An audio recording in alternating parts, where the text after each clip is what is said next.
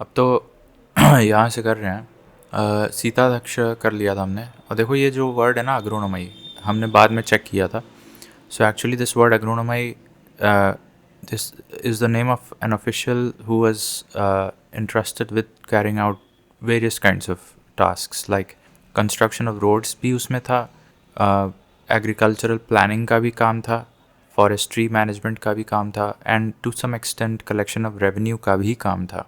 तो ये चार आपको याद होना चाहिए अग्रोनोमाई के केस में.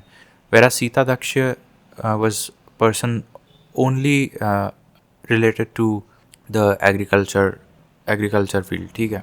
Now Sita in modern times, अगर सिर्फ इस शब्द का देखा जाए तो that denoted the revenue from the crown land. ठीक है. जो बिल्कुल ही रॉयल किंग का ज़मीन होता था, उससे मिलने वाले रेवेन्यू को सीता बोलते थे ड्यूरिंग द मॉडर्न टाइम्स. ठीक है. देन इन मॉडर्न टाइम्स प्राणायाम, ये स्पेलिंग गलत है, इसमें एम नहीं होता है, प्राणाया होता है. Pranaya basically meant emergency tax. During the times of emergency कुछ एक्स्ट्रा टैक्स लगाया जाता था on the agricultural produce.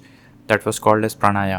Out of the given options namely Samaharta, Vyaya Bharika, Antapala, Pradeshta, which was associated with the collection of revenue in modern Mantri परिषद.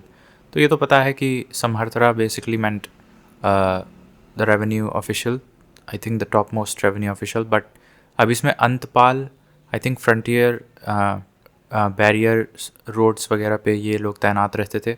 बाकी व्यय भरिका, इसका देख लो क्या काम करते थे ये लोग. व्यय भरिका, हु वर व्यय भरिका in modern period. So Vyaya Bharika, the chief justice of the civil code, they were called as the Vyaya Bharika. That is something I didn't know. So I would like to write that. Vyaya Bharika basically meant, यहाँ लिख लेते हैं, chief justice of civil courts को व्यय भरिका के नाम से भी बुलाया जाता था ड्यूरिंग द मॉडर्न टाइम. ठीक है. Now moving on. Samaharta only revenue के टॉप ऑफिशियल होते थे, और व्यय भरिका हमने देख लिया. ठीक है. फिर आगे देखते हैं. So out of the given modern officers which, Pautavadhyaksha, ये मेरे ख्याल से वेट्स एंड मेजर्स जो कॉमर्स नापने और जो के समय किया जाता था. पान्याध्यक्ष और Sitadhyaksha, Shunyadhyaksha, which was in charge of weights and measures. तो ये पौटवाध्यक्ष हो गया. बाकी पान्याध्यक्ष और सुनाध्यक्ष, ये भी देख लो क्या करते थे. Panyadhyaksha in Maurya empire, so director of commerce. Panyadaksh basically were the director of commerce for overseeing trade and commerce and formulating government's commercial policies. ठीक है. so director of commerce ये लिख सकते हो पान्याध्यक्ष में. और एक और था पौटवाध्यक्ष, हमने बता दिया, पान्याध्यक्ष बता दिया, और एक चीज़ और था, that was what, पान्याध्यक्ष, पौटवाध्यक्ष, और एक था ये सूनाध्यक्ष, सून. तो ये incharge of agriculture during the Mauryan empire. So Sitadhyaksha नहीं, हम लोग सूनाध्यक्ष पूछ रहे हैं. सूनाध्यक्ष क्या था भाई, सूनाध्यक्ष क्या काम करते थे. ओके.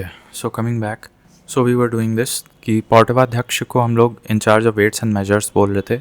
पान्याध्यक्ष को बेसिकली कॉमर्स डिपार्टमेंट के डायरेक्टर्स बोलते थे. सीताध्यक्ष को बेसिकली एग्रीकल्चर का इंचार्ज बोलते थे. और सूनाध्यक्ष हमको नहीं मिल पाया था. But anyways moving on. अब ये एक टर्म है पनको, ये क्या है यार, पनको दकासन निरोध है. इस शब्द का मतलब था, it was basically a penalty in the modern administration charge for slushing the road.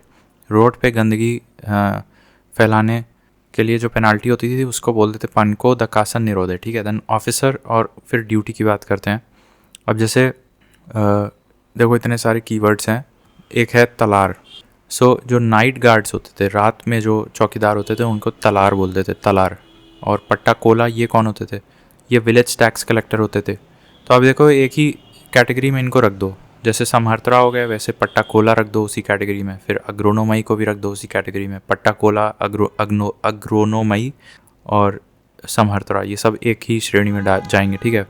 फिर तलार नाइट गार्ड्स हो गया. और ये सहसा धिप्ती, ये ऑफिसर ऑफ केस ऑफ डकॉइटी. अगर कहीं डकॉइटी वगैरह पड़ती थी, ठीक है, फोर्स्ड बर्गलरी वगैरह या डकॉइटी जैसी घटनाएं होती थी, तो वहाँ पे सहसा दीप्ति, सहसा दीप्ति नामक ऑफिसर इंचार्ज होता था। फिर बालाधिप, अब ये बालाधिप ये गार्ड ऑफ ऑक्ट्रॉय होते थे, ठीक है, बालाधिप।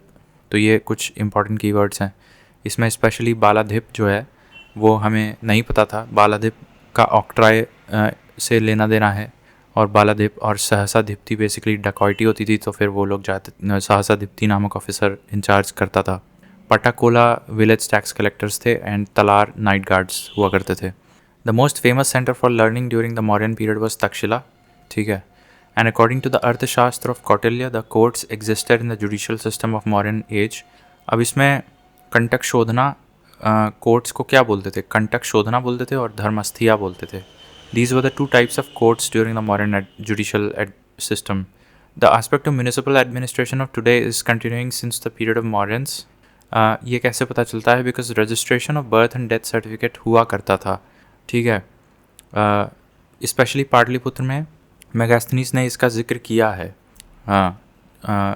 जो 6 कमिटीज़ ऑफ 5 मेंबर्स ईच वाली बात थी, उसमें एक registration of birth and death certificate वाली कमेटी भी थी, ठीक है। तो remember that this aspect of municipal administration can be found in the modern administration as well. With reference to the cultural history of India, the memorizing of chronicles, dynasties, histories and epic tales was the profession of Magadha and Sutas. अब जैसे कुछ लोगों का ऐसा professions था, ठीक है, ancient history में, जिनको क्रॉनिकल्स, कहानियाँ सुनाने का प्रोफेशन था। कई डायनेस्टी के हिस्ट्री रट के बैठ जाते थे और फिर वही सुना के अपना लाइवलीहुड अर्न करते थे। एपिक टेल्स सुना के अपना लाइवलीहुड अर्न करते थे। तो ऐसे लोगों को क्या कहते थे? मागधा और सूताज बोलते थे, Magadha and Sutas. The system governing villages through autonomous elected panchayats was evolved by the Cholas, ये तो हमको पता है। Out of the given texts namely Kamasutra and Manava Dharmashastra, Shukra Nitisara and Arthashastra which allows divorce to wife deserted by her husband. तो अर्थशास्त्र में ये बात साफ साफ लिखी है कि a wife can divorce can be granted to a wife who has been deserted by her husband, ठीक है। तो ये बात अर्थशास्त्र में लिखी है। Then out of the given options namely Jataka, फिर Manusmriti, Yajnavalkya and Arthashastra which prohibits री मैरिज। अब मनुस्मृति में ये लिखा है कि री मैरिज को बिल्कुल ही फॉरबिड किया है मनुस्मृति में। The social status assigned to the foreigners in the Indian society by Manu was that of fallen Kshatriyas, ठीक है। तो ये पूछ सकता है कि ये किस किताब के हिसाब से इनको फॉलन क्षत्रियाज बोला जा रहा है, तो that is according to Manusmriti, ठीक है। The correct chronological order of the foreign visitors who came to India. अब क्रोनोलॉजिकल देखो, ह्यून सैंग आए थे लगभग 629 में, इत्सिंग आए थे 671 के आसपास। तो इतना पहले याद करो, ह्यून सैंग कब आए थे? 629, इत्सिंग आए थे 671, और फाहिन तो इन दोनों से पहले आए थे, बिकॉज फाहिन तो गुप्ता के समय आ गए थे, और ह्यून सैंग तो हर्षवर्धन के समय आए, इत्सिंग तो उसके भी बाद आए थे, जबकि मेगास्थनीज सबसे पहले आए थे ड्यूरिंग द मौर्यन रूल। फिर चंद्रगुप्त को हम लोग विलियम जोन्स क्या बोलते हैं? सैंड्रोकॉटस बोलते हैं। बिंदुसार को अमित्रुघाट बोलते हैं। अशोका को प्रियदर्शी, और चाणक्य का मतलब बचपन का नाम विष्णुगुप्त था। The last Mauryan emperor was Brihadratha and the correctly matched. अब ये देखो, the last Mauryan ruler Brihadratha was assassinated by his commander in chief Pushyamitra Shunga, that is true. The last Shunga dynasty, the last Shung king Devbhuti was assassinated by his Brahmin minister Vasudev Kanav, that is also correct. And the last ruler of Kanav dynasty was deposed by the Andhras, ठीक है। और फिर सातवाहन का onset हो जाता है। तो इस सीक्वेंस में मतलब ट्रांजिशन ऑफ पावर होता है। Then out of the given rulers, namely Mahapadmananda, Ashoka, Chandragupta Maurya and Rudradaman, who paid attention to water resource management in Girnar region. तो ये चंद्रगुप्त मौर्य ने करवाया था, और फिर बाद में जाके अशोका ने भी उसको रिपेयर वगैरह करवाया था। तो चंद्रगुप्त ने तो कंस्ट्रक्ट करवाया था और उसको फिर रिपेयर भी करवाया था अशोका ने। The Sudarshan lake located in Girnar was renovated repaired bye, अब ये अशोका ने रिपेयर करवाया, रुद्रदामन ने भी रिपेयर करवाया, और स्कंदगुप्त ने भी रिपेयर करवाया। तो यहाँ पे 3 लोग रिपेयर करवाते हैं और एक बनवाता है। तो बनवाया किसने था? चंद्रगुप्त मौर्य ने, सैंड्रोकॉटस ने। और रिपेयर का काम किसने करवाया था? रुद्रदामन ने करवाया था, अशोका ने करवाया था और स्कंदगुप्त ने भी करवाया था. Now the correctly matched pairs are Lothal is the name of ancient dockyard and Sarnath is first sermon of Buddha, जहाँ पे वो एनलाइटनमेंट पाने के बाद पहला लेक्चर देते हैं, तो दैट वाज इन सारनाथ.